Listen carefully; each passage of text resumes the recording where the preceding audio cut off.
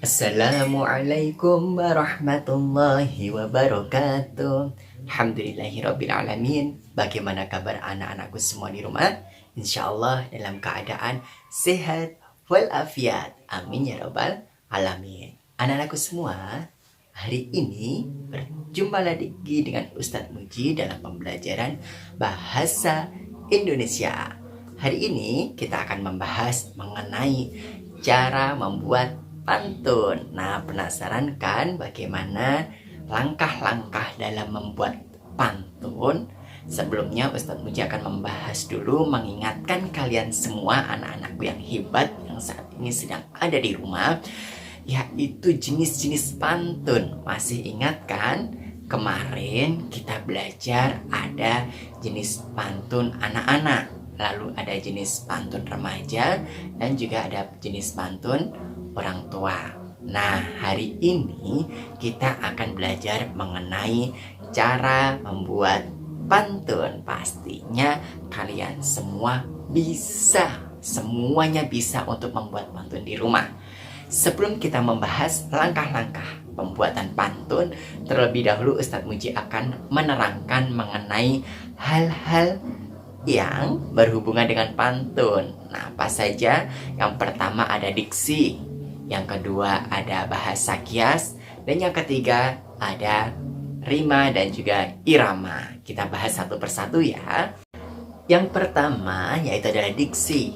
Nah, diksi adalah pilihan kata yang tepat dan juga selaras. Diksi ini berfungsi untuk memperindah pantun yang kita buat. Paham kan? Selain diksi, ada juga bahasa kias.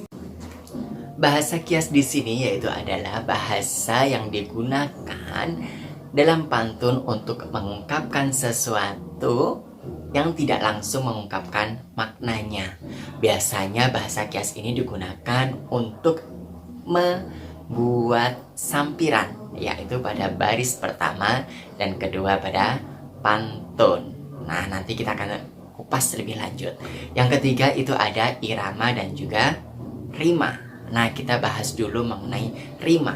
Rima, sebelumnya Ustadz Muji akan menerangkan kepada kalian, mengingatkan kembali bahwasanya pantun itu kan bersaja ABAB. Nah, saja ABAB ini sangat erat kaitannya dengan rima anak-anakku semua.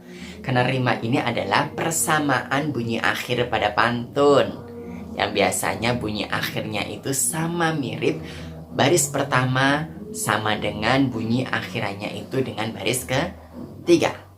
Baris kedua rimanya sama dengan baris keempat. Jadi ABAB disilang gitu nak rimanya.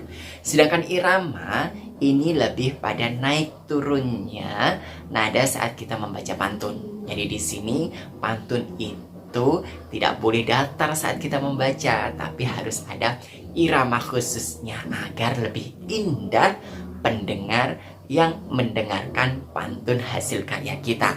Oke, itu ada beberapa hal yang perlu kita pahami sebelum kita membuat pantun. Saatnya Ustadz Muji bersama kalian semua akan belajar mengenai cara membuat pantun. Ada beberapa langkah agar kita mudah membuat pantun. Apa saja ya? Tetap semangat. Nah, langkah yang pertama dalam kita membuat pantun adalah menentukan jenis pantun yang ingin kita buat. Nah, kemarin kan kita sudah belajar mengenai 3 jenis pantun. Ada pantun anak-anak, ada pantun remaja, dan juga pantun orang tua. Kalian tentukan dulu. Misal, kita akan membuat pantun anak-anak. Nah, kita tentukan dulu jenisnya. Pantun anak-anak yaitu adalah pantun jenaka. Nah, di sini kita sudah memastikan, kita sudah menentukan pantun yang akan kita buat adalah pantun jenaka. Nah, menentukan jenis pantunnya. Langkah yang kedua yaitu menentukan tema. Nah, langkah yang kedua ini adalah menentukan tema. Tema ini anak-anakku semua yaitu adalah gagasan pokok yang mendasari pembuatan pantun. Nah, contohnya tadi kan kita sudah menentukan jenis pantun yang akan kita buat, yaitu katakanlah adalah pantun jenaka.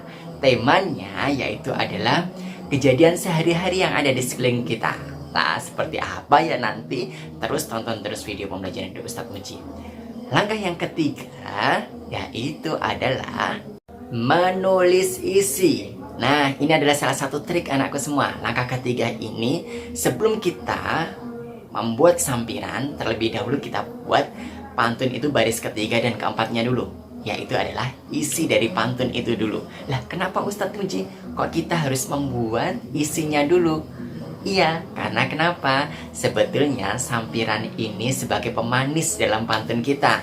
Jadi sangat luas sekali kita menentukan sampirannya. Yang terpenting di sini yaitu adalah kita buat dulu isi pantun yang akan kita buat. Setelah kita membuat pantun, barulah kita buat sampirannya, yang pastinya di akhir, bunyi akhirnya kita samakan dengan isi pantun yang sudah kita buat.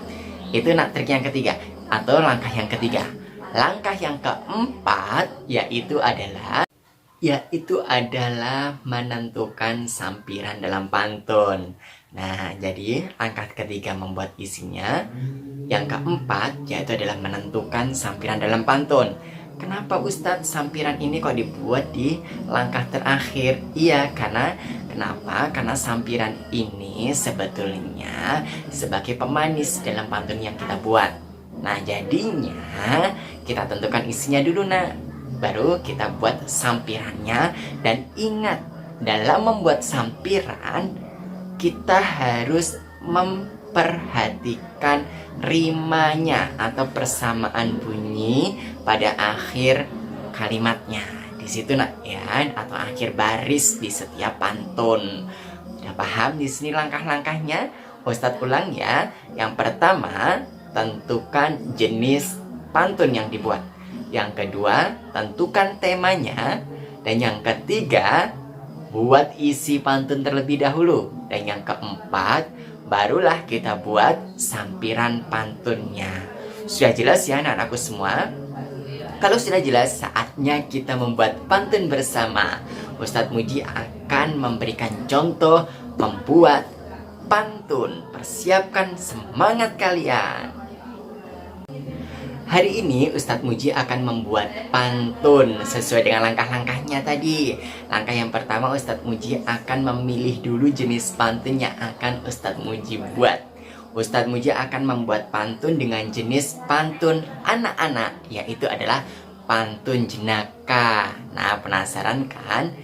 Langkah pertama sudah Ustadz Muji tentukan, membuat jenis pantun jenaka.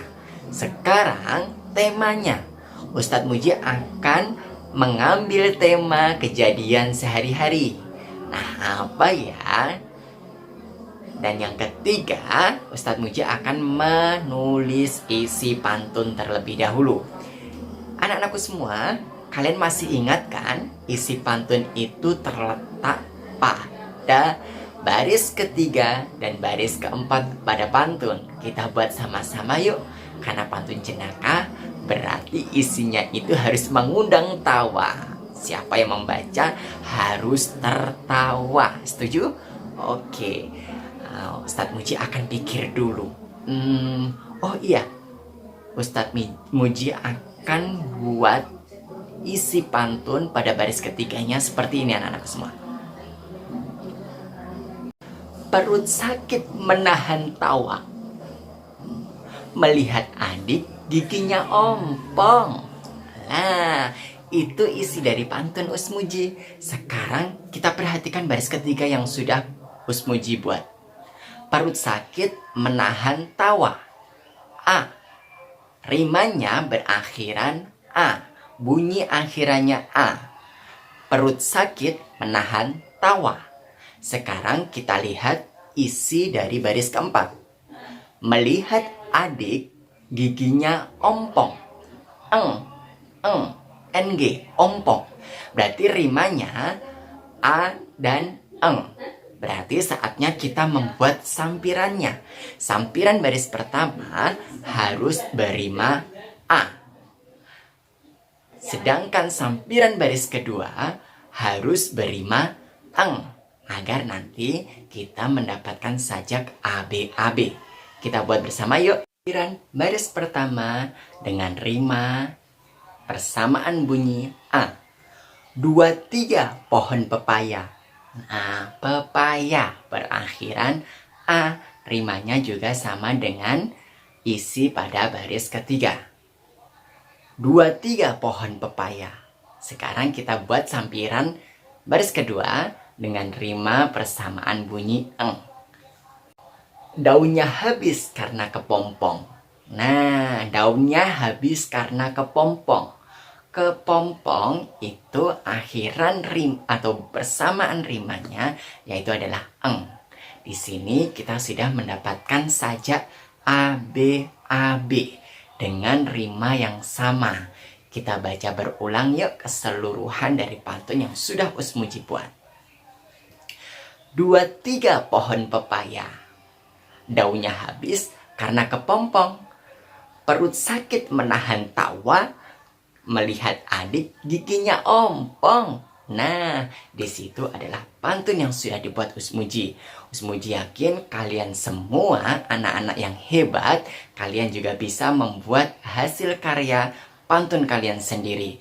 Sekarang tugas kalian, siapkan alat tulis kalian di rumah dengan baik. Yang pastinya tetap jaga kesehatan, belajar yang rajin, dan hari ini kita semua belajar membuat pantun. Setelah itu, kalian rekam video dalam membaca pantun yang sudah kalian buat, kirimkan ke Ustadz Muji. Ustadz Muji tunggu ya hasil pantun kalian semua. Tetap semangat belajar dan juga ibadahnya di rumah. Usmuji yakin insya Allah sebentar lagi coronanya hilang dan kita bisa berjumpa lagi di sekolah. Setelah akhiri semoga bermanfaat pembelajaran hari ini. Wassalamualaikum warahmatullahi wabarakatuh.